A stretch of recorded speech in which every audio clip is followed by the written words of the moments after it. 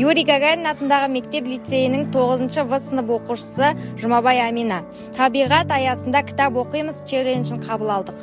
Біз сыныбымызбен Шерхан Мұртазаның «Ай мен Айша» кітабын оқыдық. «Ай мен Айша» романы Шерхан Мұртазаның өз өмірінен сыр шертеді.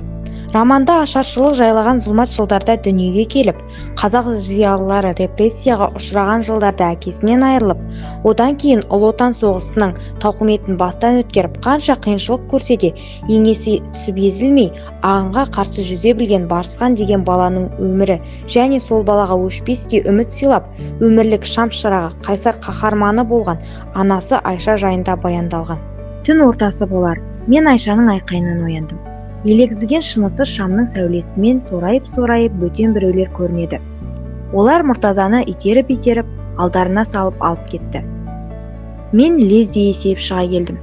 Енді мені қорғайтын әке жоқ екенін сұңғылалықпен сезіп қойған сияқты едім.